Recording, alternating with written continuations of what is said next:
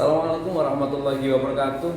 Semangat pagi anak-anak 4C. Sudah sarapan semua?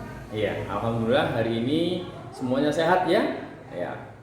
Kegiatan hari ini atau belajar hari ini adalah muatan IPA dengan KDT 3.6, menerapkan sifat-sifat bunyi dan keterkaitannya dengan indera pendengaran, dan IPS dengan KD 3.2 mengidentifikasi keragaman sosial ekonomi, budaya, etnis, dan agama di provinsi setempat sebagai identitas bangsa Indonesia.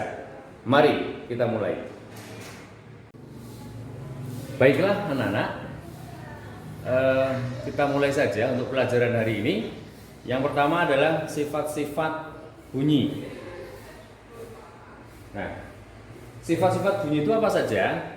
Sebelumnya kamu sudah mengenal, ya. Kita harus mengenal dulu yang namanya bunyi. Bunyi itu apa? Bunyi adalah sesuatu yang dihasilkan dari benda yang bergetar.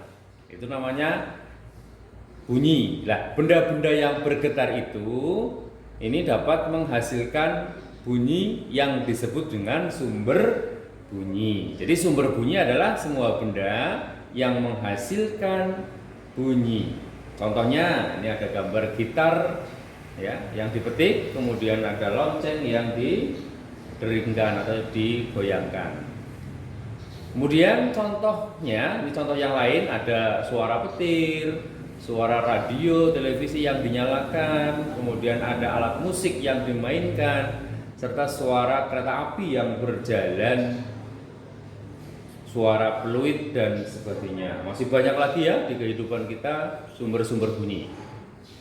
Kemudian bunyi itu dibagi menjadi 3 jenis sesuai dengan frekuensinya atau berdasarkan frekuensinya.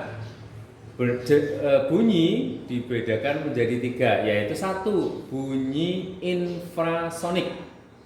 Bunyi ini frekuensinya di bawah 20 Hz per detik dan hanya bisa didengar oleh lumba-lumba, jangkrik, dan anjing. Yang kedua, bunyi audiosonik. Nah, kalau bunyi audiosonik ini yang kita dengar ya, frekuensinya 20 sampai 20.000 Hz per detik. Manusia yang bisa mendengar bunyi ini. Yang ketiga, bunyi ultrasonik. Nah, kalau frekuensinya ini lebih tinggi, yaitu 20.000 Hz per detik. Hewan-hewan apa saja yang bisa mendengar bunyi ini?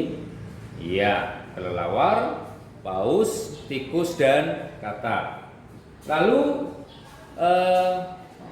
bunyi itu bisa merambat ya anak-anak ya. Bunyi itu bisa merambat melalui media. Jadi media yang bisa merambatkan bunyi, 1, benda padat. Contohnya ini ada gambar kalau kamu main telepon-teleponan ya, pakai kaleng, diikat pakai tali ya. Tali itu sebagai media rambatnya. Kemudian ini gambar anak yang mendengarkan meja yang dipukul atau yang diketok-ketok, ini namanya media perambatan melalui benda padat.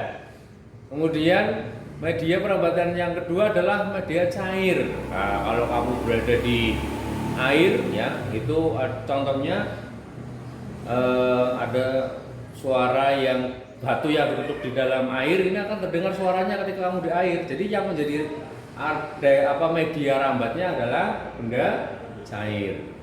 Yang ketiga, benda gas. Nah, benda gas itu udara ya. Ini kamu bisa mendengar suara serigala, suara lolongan anjing, bel ataupun lonceng gereja misalnya yang didengarkan ya. Ini namanya media perambatannya melalui gas ataupun udara.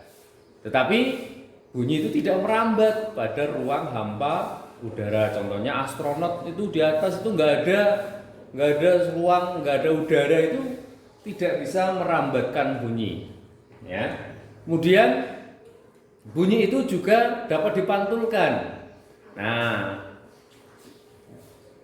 kenapa bunyi dipantulkan? Karena bunyi itu menabrak ataupun mengenai benda yang permukaannya keras.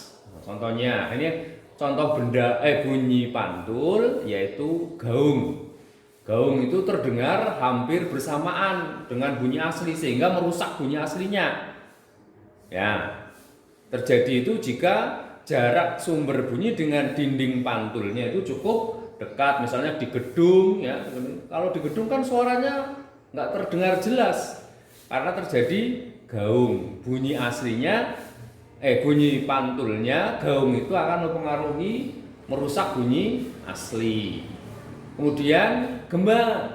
Nah, beda dengan gema. Kalau gema itu terdengar hampir setelah bunyi asli diucapkan atau bunyi aslinya terdengar baru nanti gemanya terdengar. Ini jika terjadi jika jarak sumber bunyinya ini jauh dari dinding pantulnya. Misalnya di pegunungan ya, ini suara pantulnya atau gemanya itu akan terdengar jelas ya. Nah, ini yang namanya gema. Nah, sifat-sifat bunyi yang lain adalah bunyi dapat diserap. Bunyi akan diserap ketika mengenai permukaan yang lunak. Kalau tadi yang padat, yang keras itu dipantulkan, kalau yang lunak itu diserap. Apa sih permukaan benda yang lunak? Contohnya karet, busa, kain, ya, terus karung goni, ya, dan karpet. Biasanya kamu jumpai di mana benda-benda ini? Ini kamu jumpai biasanya di studio musik atau mungkin di bioskop, tempat-tempat karaoke gitu ya. Ini diberi penyerap bunyi ya, untuk bunyi itu agar tidak keluar sampai terdengar atau enggak menimbulkan bunyi pantul. Ini namanya penyerapan bunyi.